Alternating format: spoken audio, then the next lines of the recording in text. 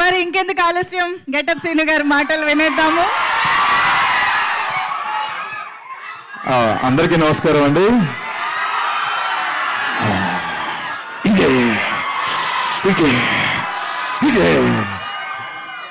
Yes, ఈ 100 రోజులు మీరు అన్నారు, నేను అన్నం పక్కన పెడితే ఆ సినిమాలో అంటే ఒక సంక్రాంతి పండుగ వస్తే 2-3 రోజులు పండుగ మనకి. బట్ మాకు హనుమాన్ ఆ టీం అందరికీ, మీ అందరూ కలిసి, తెలుగు ప్రేక్షకులందరికీ కలిపి మాకు 100 రోజుల సంక్రాంతి పండుగ ఇచ్చారు. సో అందరికీ మా టీం తరపున శిరస్సు వంచి నమస్కరించి థ్యాంక్స్ చెప్తున్నాం మీ అందరికీ. Thank you so much. దీనికి కారణమైన ప్రధాన కారణం మా నిరంజన్ రెడ్డి గారు ఈ సినిమాని నమ్మి ఇప్పటి వరకు 100 రోజుల వరకు తీసుకురావడం, సినిమా కంప్లీట్ చేయడం, 100 రోజుల సెలబ్రేషన్లో కలవడం అంటే ఆయన వల్లే అయింది సార్. అండ్ అలాగే దీని కర్త కర్మ క్రియ డే 1 నుంచి, అంటే జాంబీ రెడ్డి నుంచి చూస్తున్నాను నేను, ఆయన ఎంత డెడికేటెడ్ సినిమా మీద. సో ప్రతి క్రాఫ్ట్ ఒక్కొక్కటి ఎంత అలా సైంటిస్ట్ అనమాట ఆయన బేసికలీ.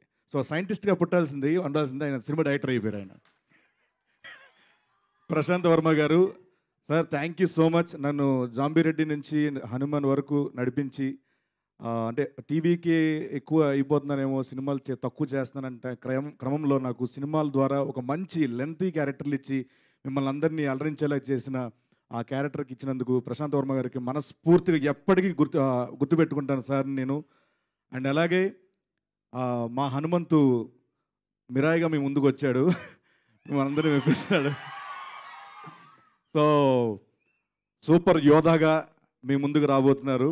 సో హనుమంతుతో అంటే హనుమాన్లో హనుమంతుగా ఎంత అయితే మెప్పించారో మిరాయి ద్వారా కూడా అంతే మెప్పిస్తారని, అండ్ మీ ఆశీస్సులు ఎప్పుడు ఆయన మీద ఉండాలని, అండ్ ఆయనతో పని చేయడం నాకు ఎప్పుడు ఒక ఏదో పిక్నిక్ వెళ్ళినట్టు. ఇప్పుడు చూసారు కదా, ఎరే నన్న చిట్టి ఎలా ఉన్నారు ఏంట్రా, కొంచెం బొగ్గులు వచ్చేయంట్రా అని కేర్ తీసుకున్నారు ఆయన. సో ఆ సినిమా కూడా హనుమాన్ అంత సక్సెస్ అవ్వాలని మనస్ఫూర్తిగా కోరుకుంటూ, ఈ సినిమాలో పనిచేసే సాంకేతిక వర్గం పేరున అంటే మాటలు రావట్లేదు,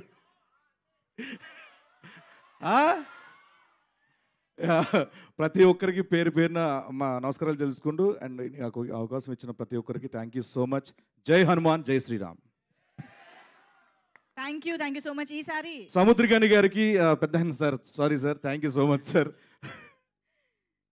థ్యాంక్ యూ సో మచ్ అండి.